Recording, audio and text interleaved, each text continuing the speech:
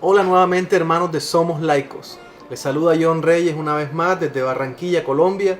Es para mí un agrado estar con ustedes aquí trayéndoles este mensaje del Evangelio que corresponde al día de hoy, martes 30 de junio de 2020.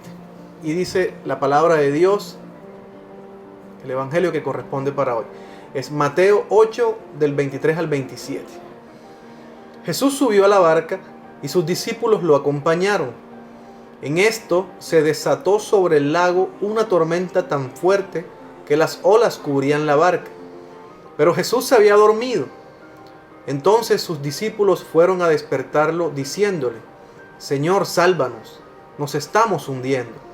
Él les contestó: ¿por qué tanto miedo? ¿Qué poca fe tienen ustedes? Dicho esto, se levantó y dio una orden al viento y al mar, y todo quedó completamente tranquilo. Ellos, admirados, se preguntaban: pues ¿quién será este que hasta los vientos y el mar le obedecen? Es palabra del Señor. Gloria a ti, Señor Jesús.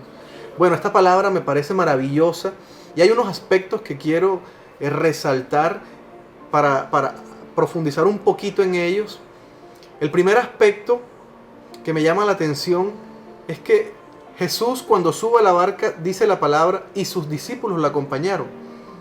Jesús era una persona, era un líder.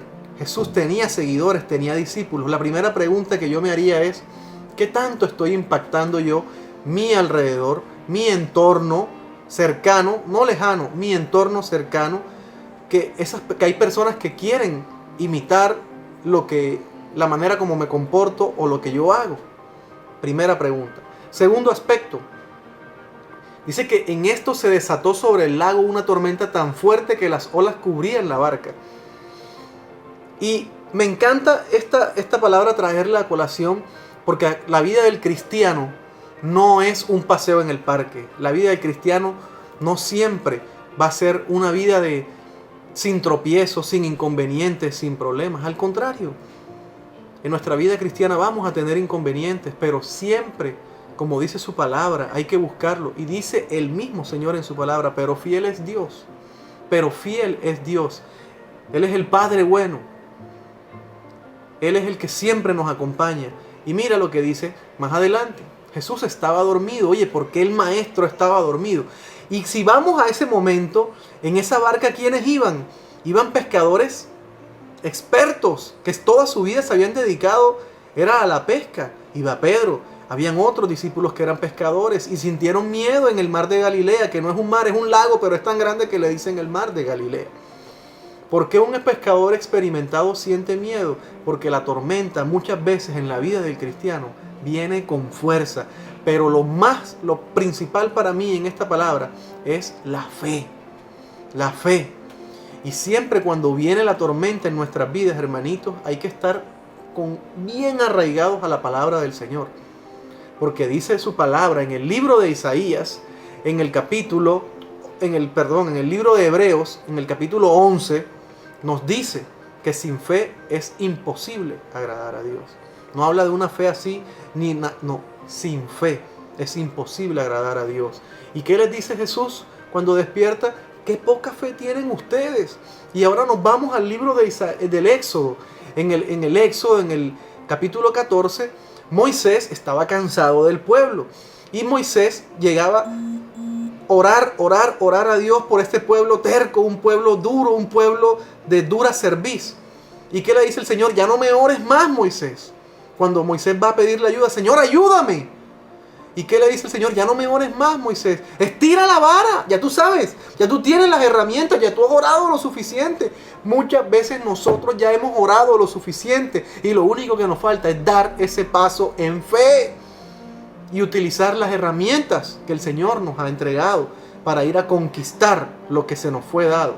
Como dice en el capítulo 9 del libro de Josué. ¿Verdad? Porque ya se te ha dado todos esos territorios.